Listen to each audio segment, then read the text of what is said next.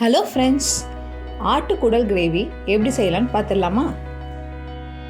ஆட்டு குடலை நல்லா க்ளீன் பண்ணிவிட்டு கொதிக்க வச்சிடலாம். அதுக்கு தண்ணி சூடு பண்ணி நல்லா கொதித்து வந்தோடனே ரெண்டு ஸ்பூன் மஞ்சத்தூள் சேர்த்துக்கணும். சேர்த்துட்டு நல்லா கொதி வந்த உடனே அந்த நல்லா க்ளீன் பண்ண ஆட்டு குடலை அதில் போட்டு நல்லா கொதிக்க விடணும். ஒரு 15 நிமிஷம் போல் அது நல்லா கொதிக்கட்டும். கொதித்து வந்தோடனே நம்ம எடுத்து வச்சிடலாம். இந்த ப்ராசஸில் ஆட்டுக்குடல் நல்லா க்ளீன் ஆகிடும் இன்னும் கொஞ்சம். இப்போ கிரேவி தயார் பண்ணிடலாம். கிரேவி தயாராகிறதுக்கு குக்கரில் நல்லெண்ணெய் ஊற்றிக்கலாம். எண்ணெய் காஞ்ச உடனே பெருஞ்சீரகம் ஆட் பண்ணிக்கணும். அந்த பெருஞ்சீரகத்துக்கு கூடயே 4 லவங்கம், சின்னதாக கொஞ்சம் பட்டை துண்டு எல்லாம் சேர்த்துடணும். கொஞ்சமாக அன்னாச்சி பூ சேர்த்து இப்போது நல்லா வதக்கிக்கலாம்.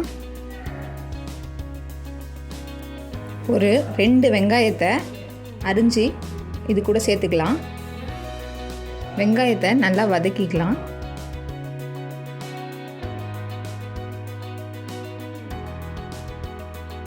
கூடவே கொஞ்சமாக கருவேப்பிலை, 2 பச்சை மிளகா காரத்துக்கு சேர்த்துக்கலாம்.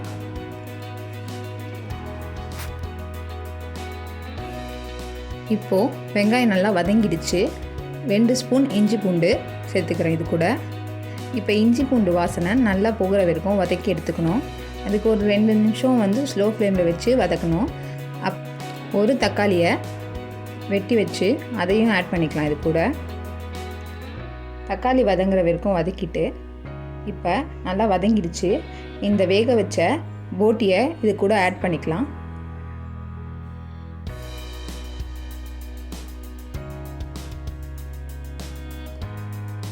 நல்லா மிக்ஸ் பண்ணி விட்டு இப்போ மசாலா தூள்லாம் ஆட் பண்ணிக்கலாம். காரத்துக்கு நான் Kashmiri chilli powder 2 spoon use பண்ணுறேன். மஞ்சத்தூள், கொஞ்சமாக கரம் மசாலா, கொஞ்சமாக 2 ஸ்பூன் தனியாத்தூள், அப்புறம் கல்லுப்பு சேர்த்து கலந்து விட்டுக்கிறேன்.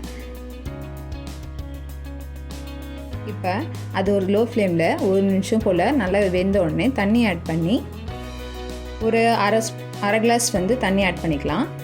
ஆட் ஆகிட்டு நம்ம குக்கரை மூடி வச்சு ஒரு 6லேருந்து 7 விசில் வச்சு ரெடி பண்ணிடலாம். இப்போ குக்கரை திறந்துடலாம். நம்ம கிரேவி தயாராகிடுச்சு.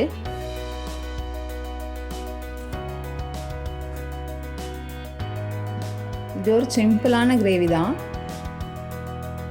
ரொம்ப ஈஸியாகவும் கூட. கண்டிப்பாக நீங்களும் ட்ரை பண்ணி பாருங்கள். இது போன்ற பல ரெசிபிகளை நம்ம சேனலில் பார்க்குறதுக்கு பெல் ஐக்கானை ப்ரெஸ் பண்ணிவிட்டு சப்ஸ்கிரைப் பட்டனை அழுத்திடுங்க. நன்றி.